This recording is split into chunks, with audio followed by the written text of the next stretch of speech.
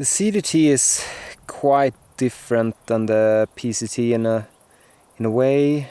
I've only camped with the person once so far, so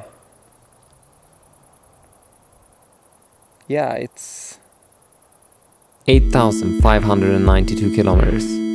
That's how far I was from home. With everything that defined stability in my life now an ocean away. It was an uncomfortable feeling, getting used to the new life I was about to embrace for the next 5 months. On day 9 of my hike, sitting in the dirt on the side of a gravel road outside Silver City, New Mexico, I contemplated my choices. Being alone, doing something I loved. But doing something I loved, not knowing if I loved it or if it was only a thing that I told myself that I loved. Adjusting to whatever it was that I had taken upon myself to do. I was severing the security of everything that was 8,592 kilometers away. Yet, sitting there in the dirt, I had no idea that everything was about to change. I'm washing with all my friends in the kitchen, drying dishes, turning, twisting until we can run out, go and swim. I feel you behind me, ringing bones right next to my ear. Tone was so clear, so that we. In the first part, I started at the border of Mexico, passed through the first section of desert flats to Lordsburg and climbed up to higher elevations before road walking into Silver City. I spent a 0 day of no hiking, resting in town, and on the morning of day 9 I headed out again on the next section of trail. This would also be my first deviation from the CDT, leaving the so-called red line marking the official trail. Coming up was the Gila River alternate, a section that many people count as their favorite part of the entire thru-hike. Leaving the trail at mile 169.2, it cuts directly down to the Gila River, following it upstreams before reconnecting with the CDT at mile 345.3. It's a 69-mile shortcut compared to the official trail. I wasn't thrilled about taking shortcuts, but knowing the popularity of this route made it an easy choice. And it was definitely a section I was excited about. Did you ever say it? No, no.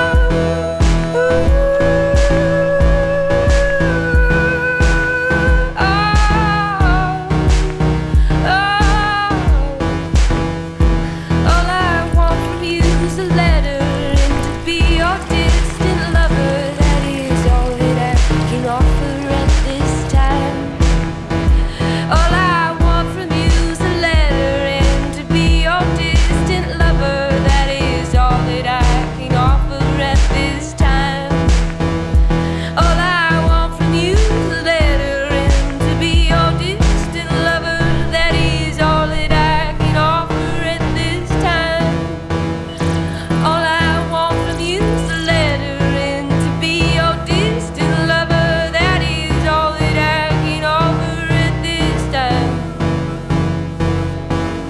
Well, here we are, the Gila River, which will be my home for the next couple of days. But yeah, already got my feet wet going down here, and they'll probably not get drier anytime soon.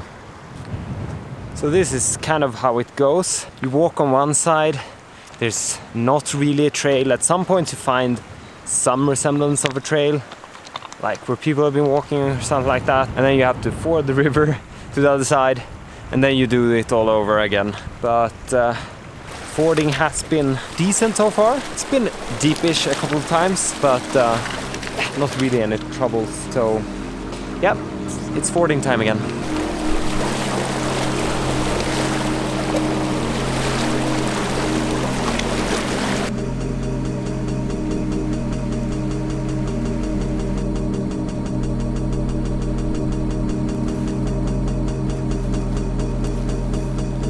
The river section stretches for about 60 miles, following the river upstream as it winds its way through the canyon. Roughly a third of the way in, you reach a possible resupply point, Doc Campbell's post. Here, the river splits into 3 tributaries, with the trail following the middle fork for the remainder of the journey, all the way to Snow Lake. I met Jason, a strong hiker and a genuinely nice guy. We hiked together the rest of the way to Doc Campbell's, cutting our way through the undergrowth, wading the river and admiring the canyon walls as the sun began to set. The first part of the Gila felt like an adventure within an adventure, a refreshing change from the usual trail or gravel road that had defined the CDT so far. At the moment, surrounded by the canyon's beauty and the camaraderie of a fellow hiker, I found a temporary escape from the uncertainties I've been feeling.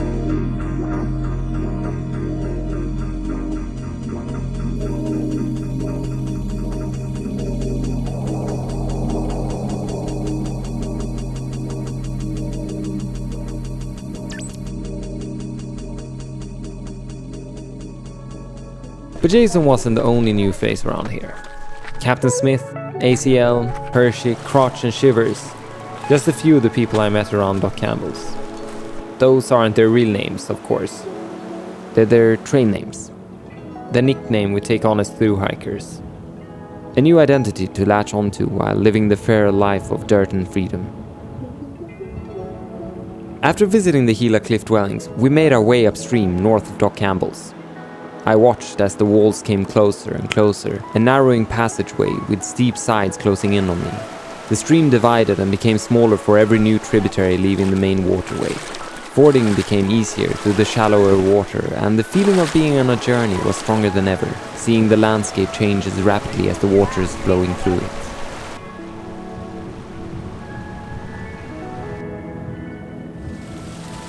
A hidden gem, one of the highlights of the ultimate, was the Jordan Hot Spring. Nestled in on the side of a cliff, we had to follow a small trail to find it. The pool of hot water kept us occupied for an entire afternoon. We relaxed and soaked up all the good things that were the Gila River ultimate.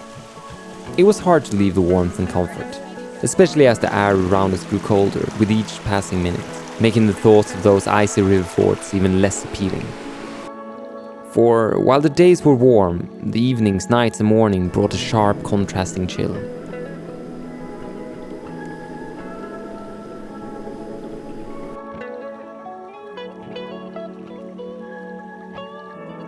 I've done like 10 miles this morning. I'm feeling pretty happy with that actually. I was super cold this morning. It was just freezing and just constantly fording through the water is it's cold. So, but yeah, it's been beautiful here in the Gila. This second section after Doc Campbell has been so beautiful all the way, and it's much more of a dramatic canyon, and I really like it. Yeah.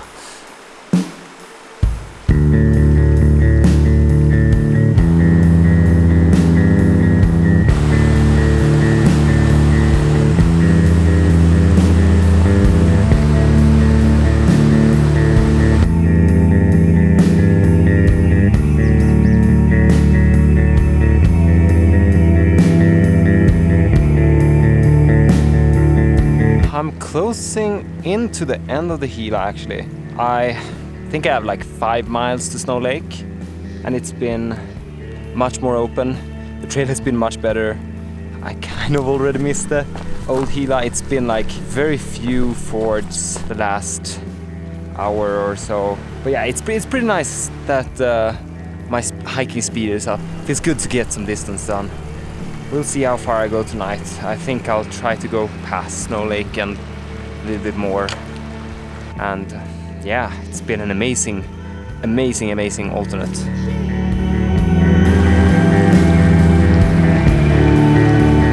As I left the Gila River behind, there was the comfort in knowing I was heading back to the CDT. The river had been a temporary diversion, one of the waterways formed by the very divide I was following.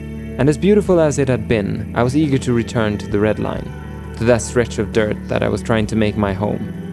Having dry feet for a change was, of course, also a bonus. Thinking back to the broad, fast-flowing river where I had started, it felt strange to see the small trickling stream emerging from a reservoir tucked in between some grassy hills, knowing this was the beginning of the water that would someday find its way out to the Pacific Ocean.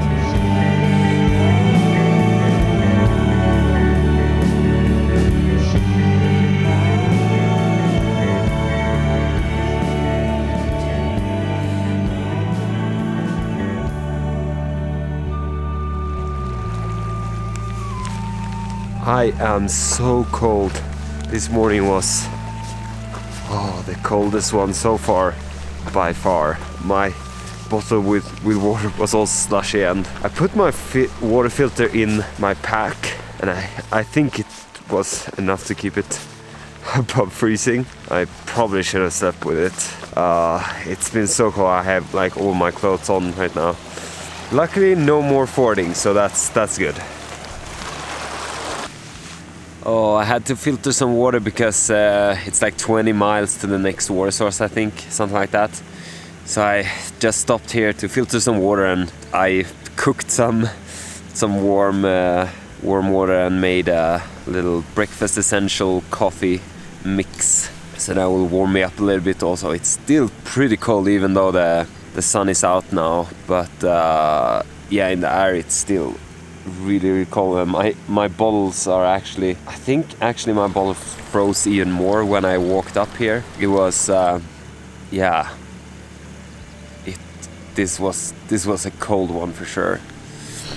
Waving goodbye to the last trickle of the Gila River, I climbed onto the endless plains of grass, where the cold morning air seemed as distant as the smallest hint of water.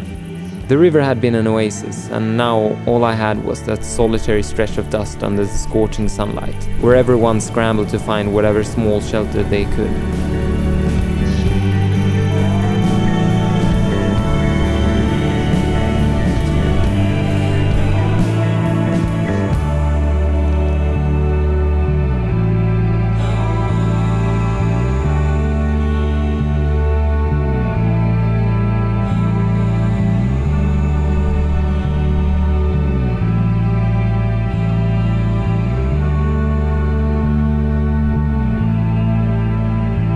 I've been trying to decide if I want to do the red route or the blue route. There's like two different options. Red is like the official CDT, and the blue one is like a shortcut that avoids a road walk, which makes sense. But blue one is like a dirt road for very long, and I don't know if I want to do dirt road.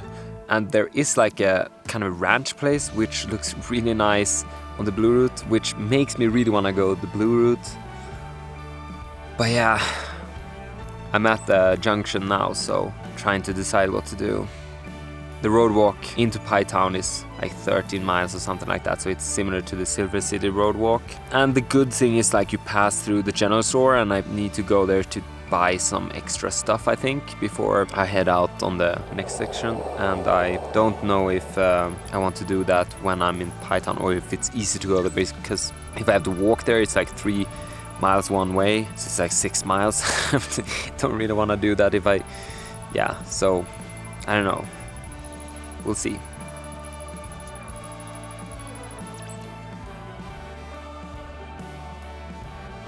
In the end, the lack of water on the red line combined with Davila Ranch and the prospect of gravel roads instead of asphalt swayed my decision to take the blue line.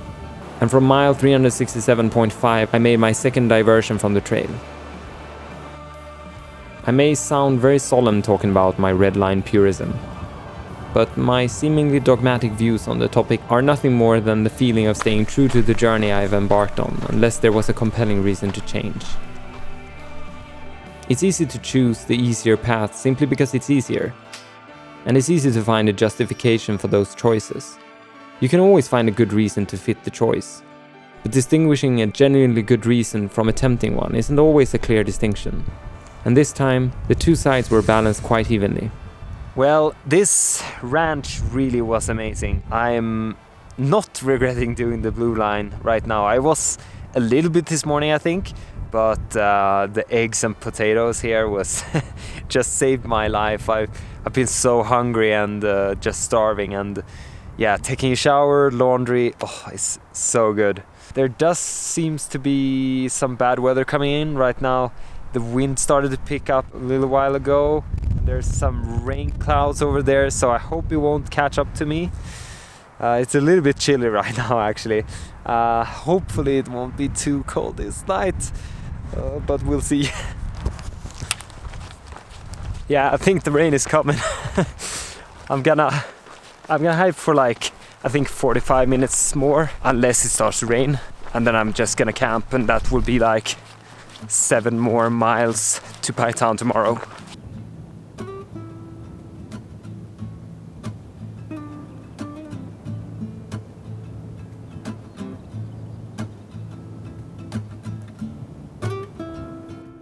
I arrived in Pie Town at the toaster house early morning. The old building with its fences adorned with toasters was a perfect retreat in a town that offered little more than the occasional pie. Not that the pies were a disappointment. I can assure you, I tried several. But Pie Town didn't provide many of the usual amenities hikers need, like supermarkets and laundromats. However, it was a place to rest, or for Ralph, a place to get some in-between hike work done. I'm very grateful for the chance to experience the place. It broke up the longest gravel stretch of the CDT into a before and after, allowing me to recover from the monotony of listening to the crunch of gravel beneath my feet and the endless road ahead.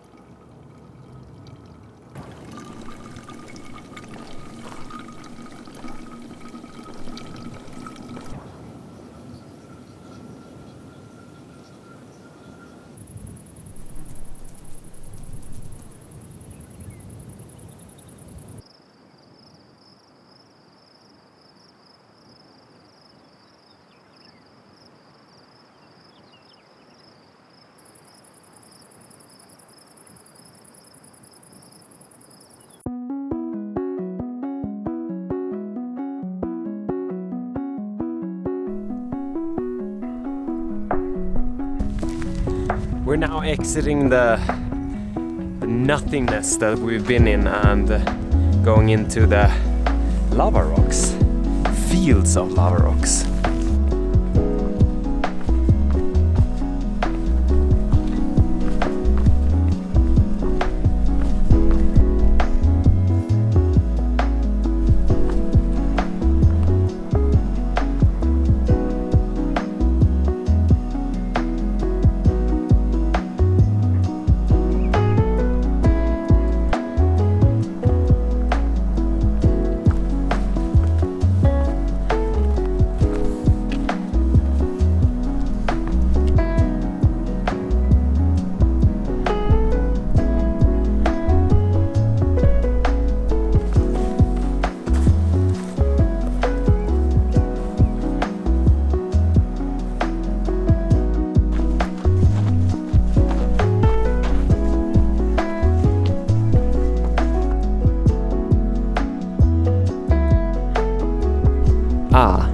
Yes, the necessity of filtering water. I typically aim to carry just enough to get me to the next reliable source. Balancing the weight of the water I carried with the time spent filtering was a constant challenge. Given the poor quality and limited quantity of water in this stretch, filtering options were slim. Consulting the comments on the CDT Guthooks app was crucial. The dilemma was whether to push on to the next source, hoping the water would be better there, or to filter where I was and settle for passable water, although it was most likely just as adequately passable at the next source. Yeah, the thunder is overhead. Just a little bit of a drizzle, but it looks like it could be some rain coming in. So I just put my rain jacket on and I take a short break because I'm a little bit tired. I've done a good bit today, but I still have a far way to go, so I don't know, I don't think I'm gonna be able to avoid the rain, I think.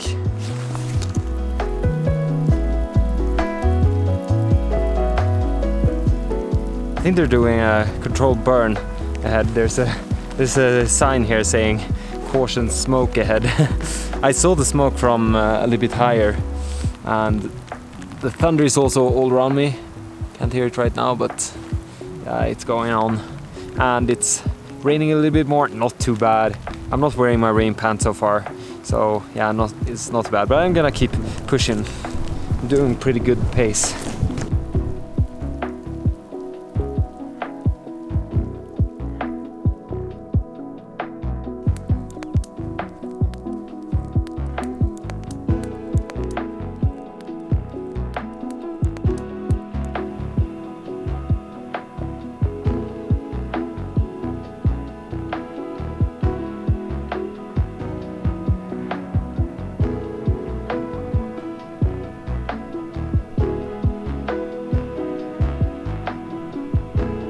I was now entering the final stretch towards Grants. There are several options on the trail between these towns. First, there's the Red Line, which is the longest and goes out of his way to visit most places between the two towns. Then there is the Brown Line, a major shortcut that includes a lot of asphalt and features a pretty cool looking arch. The third option is the Blue Line.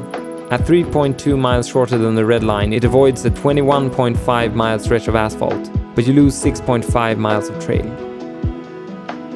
This time I felt the red-blue combination was the best choice for this stretch. It allowed me to enjoy most of the highlights of the Red Line while skipping most of the asphalt, and I was pretty happy with the decision. Experiencing the chain of craters, ice cream at the ice cave, and lots of lava rocks was really cool.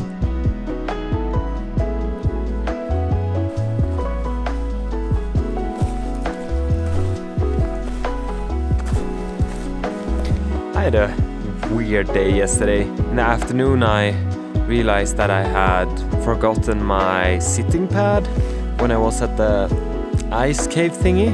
I had a nice ice cream there, enjoyed life and patted the dog. But then I stood up and left my sitting pad right there on the bench where I'd been sitting. I did the 3-mile-long asphalt walk down the road to where the trail continued to be a trail again. And at this point I realized my mistake. But I wasn't all that keen on doing the uphill road walk back to the ice cave, leaving me with a total 9 miles of asphalt, something I had sworn myself to stay away from. So I kept walking, but the thought of that lonely sitting pad kept gnawing on my mind. Then I got down to the Blue Line and I decided to try to hitch back to get my sitting pad, and I hitched for a while. I had like first one hitch to get back to the information center. And a pretty special hitch it was, an ATV with some really nice, slightly tipsy people. Unfortunately, half the way up the road they realized the gas wouldn't take them all the way to the cave and back. So I had to make do with being back at the information center. The very place where I decided I did not want to do a 3-mile uphill road walk just a couple of hours earlier. So out went the old thumb again. And luckily, I soon found myself in the back of a good old pickup. Well, I lost a bottle. Just left it in one of the hitches. I really hope my sitting pad is up here now, because otherwise it took me like 40 minutes to get here. So won't be a very long day, I guess, today, but maybe I'll try to do at least 25 miles or something like that. We'll see. It's not so bad. I will have like 15 miles into Grants tomorrow then, I think. Well, I have my sit pad back. So 1 bottle down, 1 sit pad up. It's a good trade. I think it's gonna be worth it in the end now. But yeah, I'm hoping I can get the hitch back down to the trail in not too far future. But at least now it's just like, I know if I can get a hitch that way, I'll probably get all the way, and yeah, it's better than the last hitch, so that's good. Well, it wasn't all that easy. It did take me 2 hitches to get back. The first one took me to the place I really started familiarizing myself with. Yeah, you guessed it. And then finally a second hitch took me all the way back to the Blue Line. So all in all, a successful 1.5 hour detour, and my promise to Ralph to be in Grants early morning was just slightly delayed. Things happen out there, but most of the time you find a way, and you overcome them. Being back with my old sitting pad, I felt quite at ease. Maybe it was true, the question I had been asking myself. Maybe I did love this thing that I was doing. I was settling into my new lifestyle. I had come to realize that for me it was not about hiking with people at all times, but rather knowing that I would keep meeting people with whom I enjoyed spending time. There was a sense of security of knowing there was social interaction to be found when I wanted it. And when I realized this, I also felt more at ease with my situation.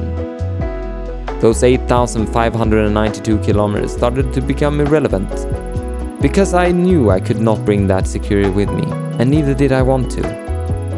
I wanted to experience something that could take me away from that feeling. Something that would leave a permanent memory for all times to come.